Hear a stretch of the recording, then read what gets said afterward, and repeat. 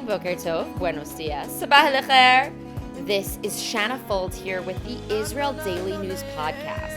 I'm here to give you the headlines so you can get caught up quickly. You're listening, so you're already on top of your game. Survive and thrive, people. Knowledge is the best weapon. Today is Thursday, December 3rd, 2020.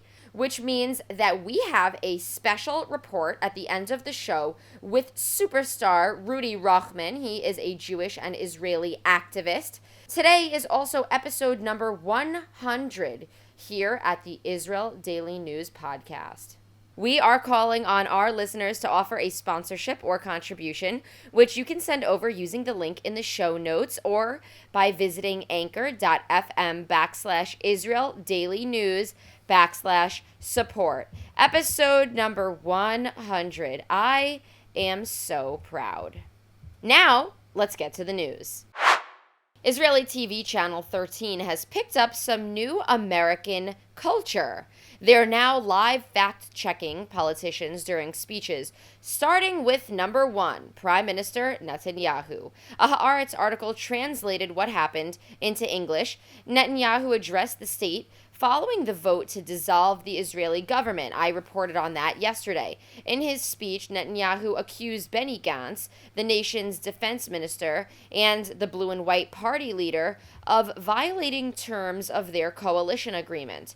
He said because of this violation, the unity government could not go on and would have to put Israel into another election.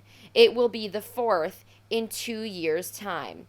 Fact checkers in real time on television clapped back, saying that the statement was wrong. Fact checkers from Channel 13 said it was the Likud party that violated Provision 30 in the coalition agreement that stipulated passing a biennial state budget. So basically, each party is blaming the other party for getting in the way of a state budget, and because there's no state budget, the unity government will have to fall apart. Other channels corrected the prime minister at the end, and some just offered political commentary. In the United States, real-time fact-checking took form throughout President Donald Trump's term in office, and major networks even stopped airing his speech when he began to say the election had been stolen from him. This was in an effort to stop spreading false information. Christopher Krebs, Trump's cybersecurity chief, was fired via tweet after stating that the 2020 American election was the most secure election in history. In a 60 Minutes interview from this past week, he said he stands by his word. Yesterday, Israel received the first of its 4 new missile boats at Haifa's port, and they came from Germany, forming a key part of a major naval upgrade that will help Israel to counter regional rivals like Iran. According to the head of Israel's naval operations, the new fleet of Sa'ar 6-class corvettes would strengthen the Navy's ability to defend offshore natural gas assets from rivals like Hezbollah in Lebanon, which receives backing from Iran.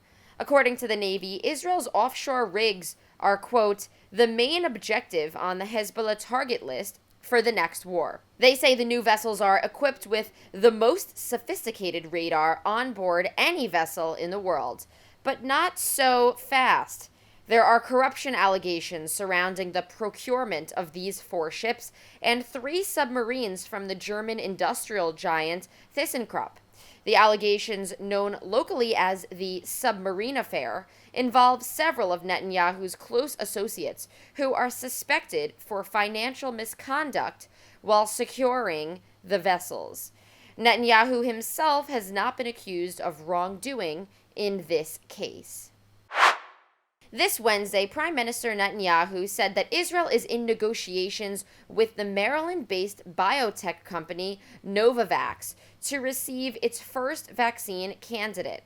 The vaccine is similar to the hepatitis B injection given to babies at birth.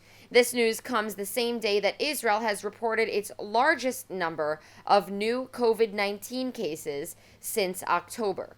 Just yesterday alone, there were 1,500 new cases as Israel's number of red and orange zones also increased. There are now 24 red cities and 32 orange cities, compared to 16 red and 27 orange cities reported just 2 days ago on Tuesday. The coronavirus cabinet also announced that schools with 5th to 12th graders will open only in green zones and yellow zones. There are 52 yellow zones and 1,153 green zones throughout the state of Israel. This week, a group of hackers known under the tag name Black Shadow stole heaps of personal data from the Israeli Sherbet insurance company. The hackers have posted a ransom for the data at 50 bitcoins, or about $1 million. The hackers say that the ransom will double every 24 hours, and if it is not paid within 3 days, that the data will be sold to third parties. The Israeli government has been quick to act on this, reporting right away on Tuesday that Sherbet's system had been compromised and that data had been stolen. They also noted that credit card details were not a part of the cyber attack. Black Shadow claims responsibility for the incident via its Twitter handle, lauding the act as a, quote, huge cyber attack. Black Shadow's Twitter account was suspended and Sherbet's website was taken down temporarily, but the insurance company was quick to note that luckily none of the leaked information can cause damage to its customers. The biggest contention with the leak was that the company reportedly covers many government employees, including the president of the Tel Aviv District Court, Gilad Noitel. The story of a 9-year-old Palestinian boy from East Jerusalem is getting attention from the Israeli press after he was allegedly shot in the head by police, causing him to lose an eye back in February. The case is now heating up because police officers have officially not been charged and the case closed. Officers have been accused of hitting the boy in the head with a sponge-tipped bullet during a raid, but the authorities say it could have been from a rock thrown about during a scuffle between officers and Palestinian community members. Witnesses from the Isawiya neighborhood saw the young boy get off a school bus, go into a store, cross the street, and they say that's when he was hit. Witnesses say there were no clashes between residents and authorities. Surveillance video shows the boy crossing the street, going out of view, and then being rushed into a car, held in the hands of a stranger, in an attempt to get the boy to a hospital. The officer in question said he had fired the sponge bullet directed to a wall in order to prepare his gun if he had needed it, and that he didn't see the bullet go anywhere near the child. The little guy's parents say they are going to appeal this court decision and that their son's life has been torn apart as he can't focus in school and feels embarrassed to be there. He now has a glass eye, which was financed by community donations. His real eye eventually fell out in class after the incident occurred. This story really upset me today. Please be kind whenever you can and influence others to be their best selves. Moving on to a couple of more inspiring stories and our special report with famous social media star and activist Rudy Rochman.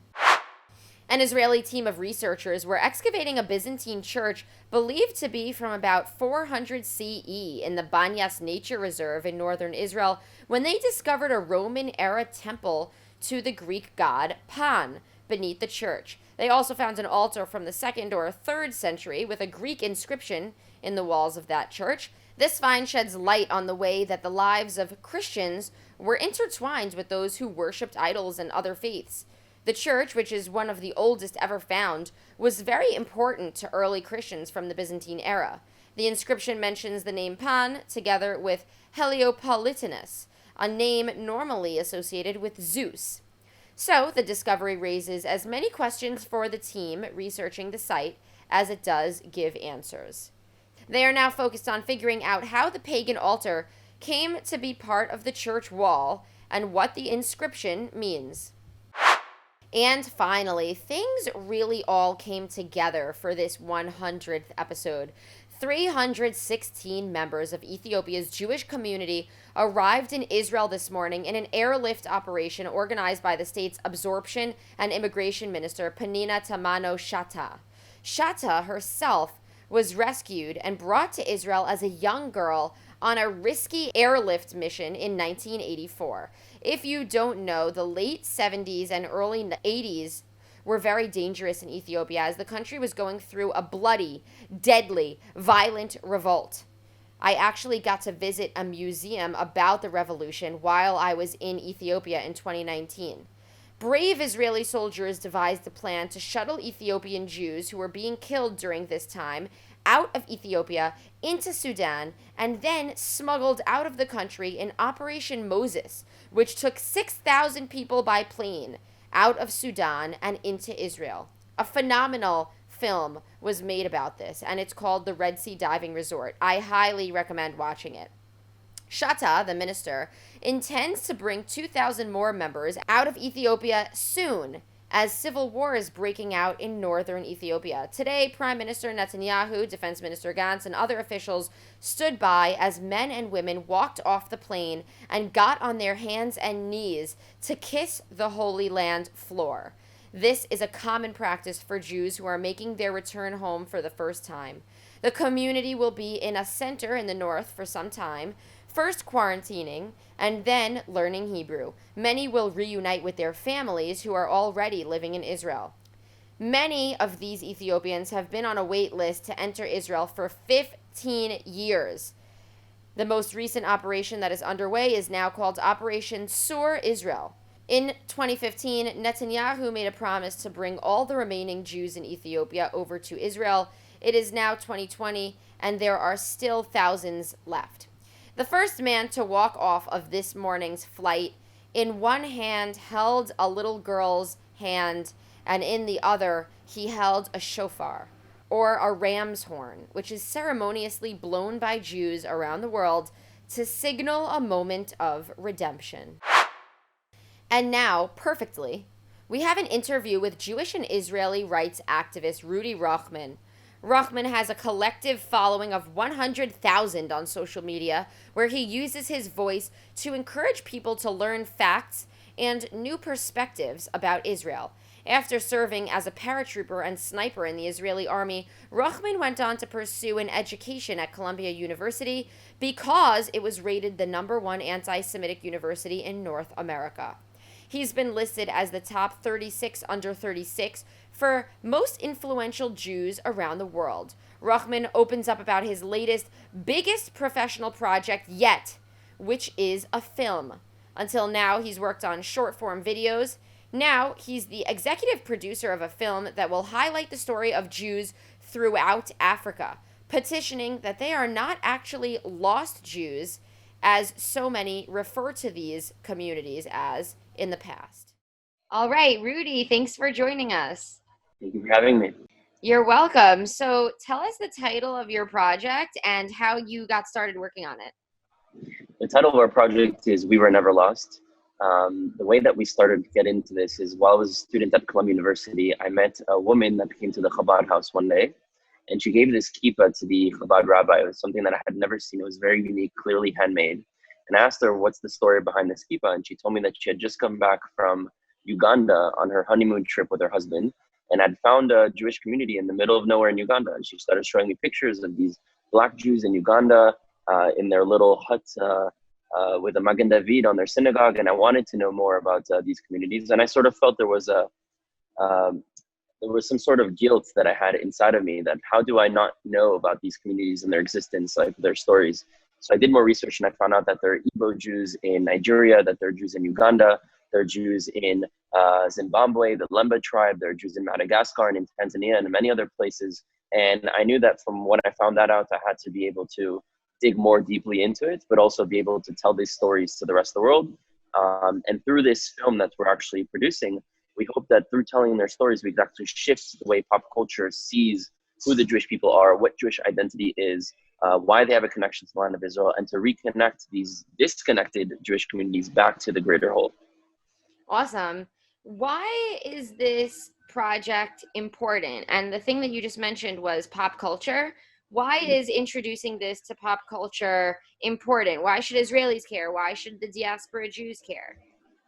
So I always think about it as, okay, the Ashkenazi, Sephardi, and Mizrahi, including also Ethiopia more recently, were the Jews that came back home and were able to revive their civilization, including the Jews that were always living there because there was always a presence of Jews. But what if the other communities had come first, the Jews in Uganda and in Nigeria and in all these different places, and we were still suffering? Wouldn't we expect them to help us? Wouldn't we expect them to care about us, to know about us, to help support us if we needed help?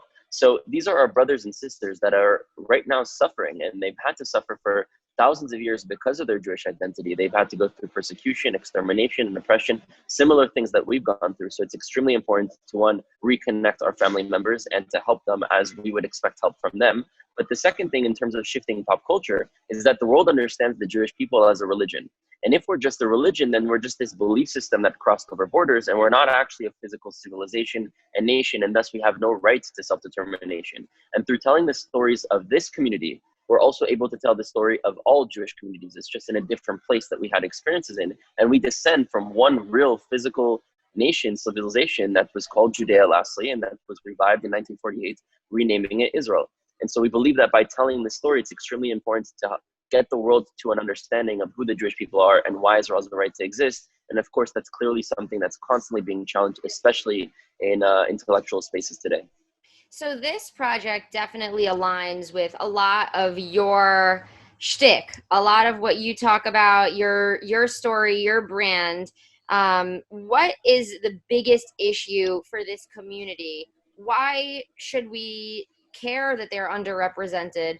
And what does it mean to them to be recognized?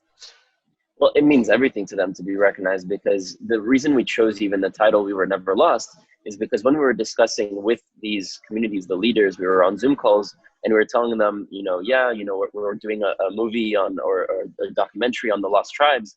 They told us that they actually found the term "lost tribe" a little bit offensive because they never were lost. They always knew who they were and where they were from, and they've always kept their identity and their traditions. It's just that they were lost to us, but that doesn't make them lost. It just makes them disconnected. So that's where we came up with the idea of "We Were Never Lost." But each community is extremely different. You have the Ugandan community that did convert to Judaism in the early 1900s, way before the creation of Israel. So it was not for economic or social incentive. But you have the Lemba Jews, for example, in Zimbabwe and South Africa, that they're called Lemba because that's the local word for migrants with heavy luggage. And they also did a DNA test on the priest tribe, because even within the Lemba people, there's one of the tribe that consider themselves priests. So whenever you have a brit milah, a wedding, or kosher meat, whatever it is, you always have to have a member of this group present. And they did the Cohen gene test on this group, and they found that they had the same percentage of Cohen gene than any other Cohen in the world. So it's clearly proven genetically that they descend from our people. Then there's the Igbos in Nigeria that have also suffered and are suffering from things in the north from Boko Haram. That's a huge issue in Nigeria. There are Jews that have suffered in Uganda from Idi Amin. So there's clearly economic, social, political struggles, anti-Semitism. There's a community in Tanzania that is actually afraid of speaking out and showing their existence because they've been under rule of people that are extremely anti-Jewish and anti-Israel. And so if they were able to tell their story publicly, then they would be persecuted. And just now there has been a switch in the government that is now more pro-Jewish and pro-Israel. So they feel comfortable in coming out with their story, but they're also still afraid because what if the government is overturned and it goes back to what it used to be, then they're already exposed. So there are a lot of issues that they deal with, and each story is very different. It's not something we can just brush one time over all communities. So we want to really show what these stories are and be able to help them afterwards. That's unbelievable. Why are you the guy for this project? Well, I think many people can do many things in the world. There's no proprietary or limit as to one person being able to do something. It's just for me, I've always had, growing up, an identity crisis, trying to figure out, okay, I was born in France, I lived in Israel, then I moved to Miami. So in Miami, I'm the French kid, and in France, I'm the American cousin. My father's Ashkenazi, my mother is Sephardic, but I grew up fully Sephardic because my dad adopted my mom's customs. But going to a Jewish day school, all the rabbis would tell me that I'm Ashkenazi because my last name is Rochman. So constantly I had to be someone else for different people. And whenever someone asked me, where are you from or who are you, I was supposed to give a different answer depending on who was asking me that question or where that question was being asked. After the age of 7, when I experienced my first dose of anti-Semitism, where I got kicked off of a bus with my mother for being Jewish in London, the bus driver was a neo-Nazi and just threw us off the bus physically. that's when I realized that it didn't matter where I was born, grew up, lived in, traveled to, resided in. I was a Jew. And it was way more than what I believed in or not, because that person didn't care what we believed in. It was who we were. And I understood that being a Jew is being part of a greater people, a civilization, a nation with a language, with a connection to a land, connection to a higher power, and also aspirations. And we are a family. And this is a story of family members of ours that hasn't really been told on a mass scale. And my goal is to help reconnect them. And I believe that there are other people who have done great work for these communities. There's a great organization called Kulano that also helps those communities, gives them sidurim, gives them money to get clean water in some communities. So there are also people doing that stuff out there, but I've focused more into creating content to shift pop culture, especially amongst the younger generation, those that will be the leaders of the political and intellectual class of the next generation. And this is the story that I feel that I've always wanted to dive deeper into, to learn myself, but also to be able to, through my experiences, share what I find with the rest of the world. And why film? Why do you choose film? Film today is just the most effective way to communicate a message. If we go back a few generations ago, it could have been through writing. People would read a tremendous amount of books. Today, the younger generation wants quicker information. They want to read the title of the article. They're not going to necessarily read the whole article, or they want to see a video where something is intriguing and quick and they get the information and they don't have to go through the long process of going into the details. So it's kind of a good thing and a bad thing. It's a good thing that the younger generation today is more deeper in the sense that they want to support the right cause. So they want to buy the brands that, are not doing any sort of child labor. They want to buy the animal products that are not hurting animals. That we want to actually support stuff that help the world or that seem like they're helping the world. But at the same time, we're more shallow because we won't really dive deeper enough to find out what is the truth, what is the context, what are the nuances. So that reality exists, and the way to be able to disseminate information in the best way, I think, is a quick, compact video format that gives the information and allows someone to be able to interact with that information in the best way. Amazing. I have two more questions for you. How are you financing this project? And have you put yourself in charge of the fundraising? And how does that complicate things for you when you really are the visionary, the writer, the creator, the spokesperson? You have all of these other titles, but this project seems to be spearheaded by you. You're the executive producer, and the EP on a film usually does have a lot to do with the fundraising and the finances. So how is that working for you? And is this new for you? It definitely is new. I've always been a grassroots activist. I don't care about money. I don't care about funding. I work on my own and I make my own money from things separate to Israel. So it's definitely new to get into the fundraising space. We do want to raise money from private donors. We don't want this film to be backed by large organizations and then for people to say, oh, this film was, big Zionist money, large organizations. We want it really to be individuals who believe in our project. We created a 501c3, so any donation is tax deductible, which definitely helps the individuals who are giving us the money. We started fundraising about a week ago. We're already 20K in. We need a total of 600K to make this happen. We are in communication with several different donors that have a tremendous amount of money or access to people with money that say, yeah, we can get you the money, no problem. But of course, until you see it, it's all talk for us. But we also have an incredible team. It's not just me. Of course, I'm spearheading the initiative, but we have an incredible director, the guy who's been producing the videos with me for the past 2 years. His name is Andrew Liebman, and he's a big reason for why we have had so much success with our videos that we've been creating. Then we have Johnny Poddins, who's an incredibly seasoned and talented producer. He's worked with big brands. He's also done stuff with Netflix. And we're also in touch with actually people who have relations with Netflix, and they're very interested in this film. And that is like one of the platforms that our goal is to get this film on in order to reach the most amount of people. So we're going to continue to fundraise. And if anyone listening to this would like to donate, please check out wewereneverlost.com. There's a link there in our donation platform, and you can definitely get involved. I think that that's great. I think that your desire to bring this story into pop culture is very meaningful in so many ways. It's meaningful in getting this idea into the brains of people who have seen the Jews in only one way.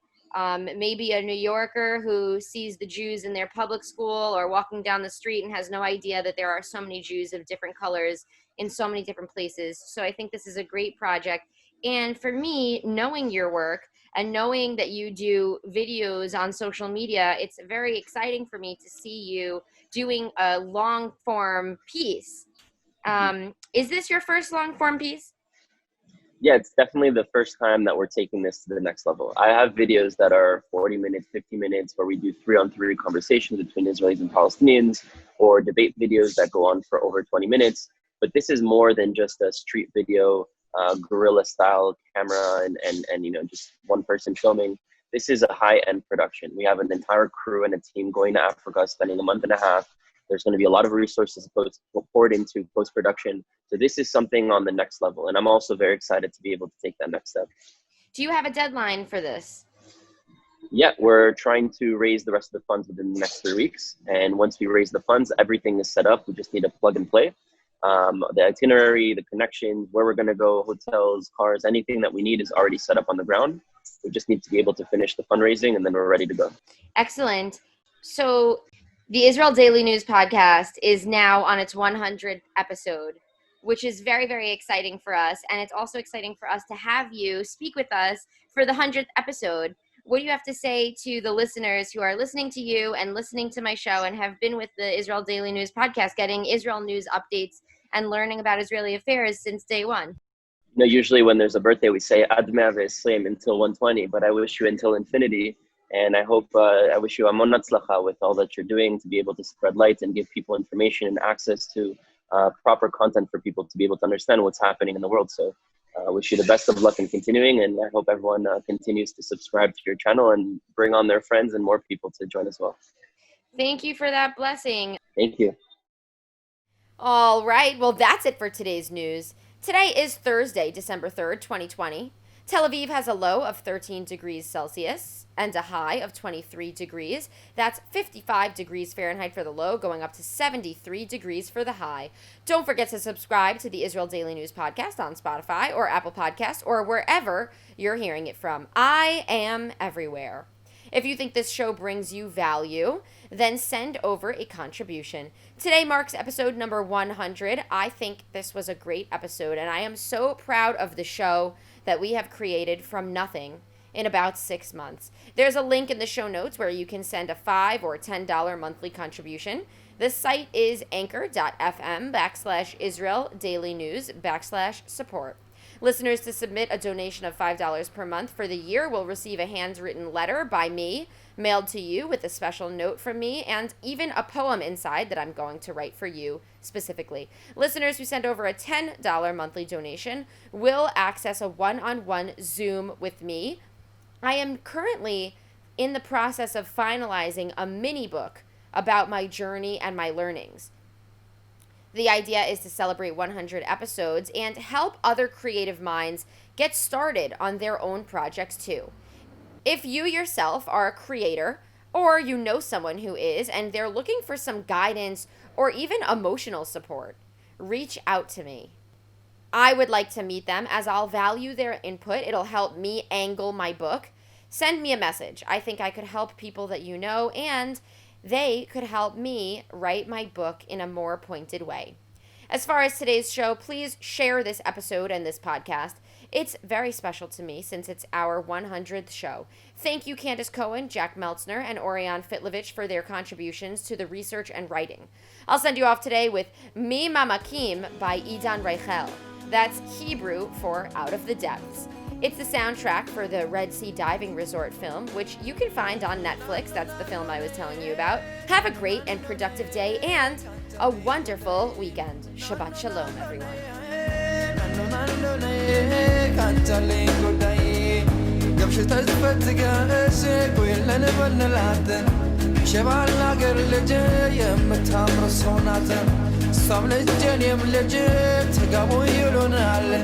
የተሰቀለውን ማን ያወርድልናል? ናኖ ናኖ ነይ ናኖ ናኖ ነይ ካንቺ አለኝ ጉዳይ ናኖ ናኖ ነይ ናኖ ናኖ ነይ ካንቺ አለኝ ጉዳይ ממעמקים קראתי אלייך בואי אליי בשובך יחזור שוב האור בעיניי לא גמור לא עוזב המגע בידייך שיבוא ויעיר למשמע כל צחוקי. No, no, no, no, no. nano nando nae kanchale godai nando nando nae nando nae kanchale godai ממעמקים קראתי אלייך בואי אליי מול ירח מאיר דרכך שוב אליי נפרסו ונמסו מול מגע של ידייך באוזנייך לוחש שואל מי זה קורא לך הלילה הקשיבי מי שר בקול אלייך אל חלומך מי שם נפשו שתהי מאושרת מי ישים יד ויבנה את ביתך מי ייתן חייו ישימה מתחתייך מי כעפר לרגלייך